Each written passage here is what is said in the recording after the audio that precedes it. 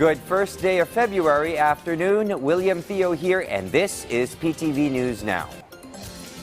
It's been 3 years to the day since a military group led by then General Min Laohyang took over the reins of power in Myanmar just like that. But little has changed save for the military junta losing more fighting men than it can train for its deteriorating force. As if it were not enough, the United States marked this day of infamy by slapping sanctions on a number of supporters and key allies closely associated with the junta. In a statement, U.S. Treasury said it targeted the Shui Bianhu group of companies and Win Sao, his wife, and 2 children.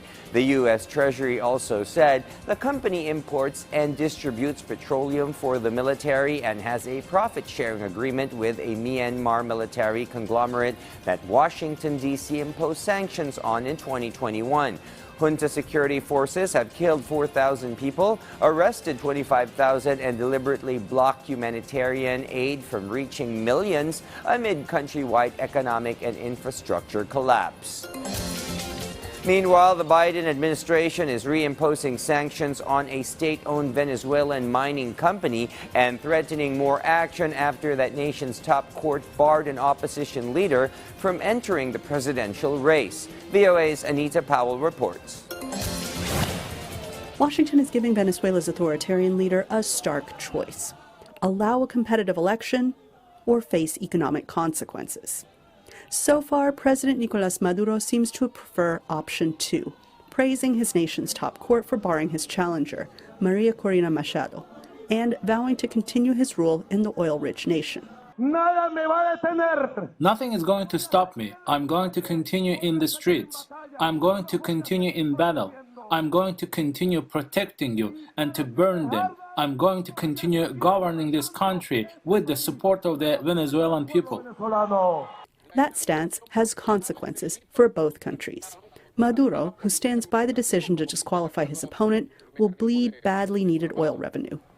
And his defiance could hasten the hemorrhaging of even more people from what is already the world's worst displacement crisis. Some 7.7 million Venezuelans have fled, many to the U.S., over the last decade.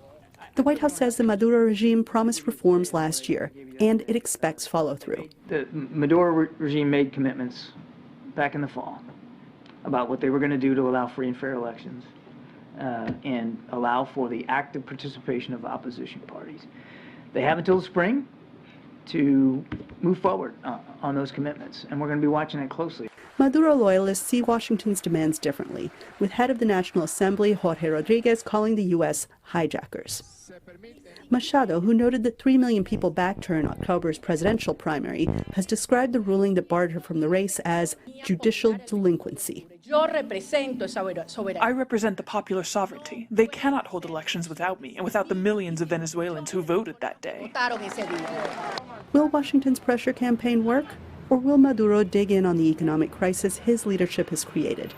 Analysts aren't sure. We're in a situation where Maduro is getting almost everything he wants, while the U.S. in return is getting very, very little, which is very detrimental to the cause of freedom and democracy in Venezuela.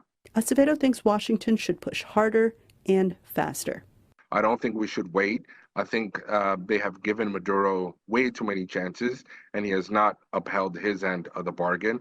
I would also reimpose new sanctions, specifically secondary and tertiary sanctions, against those governments and those regimes who are aiding and abetting Maduro, because that is something that usually does not get enough attention.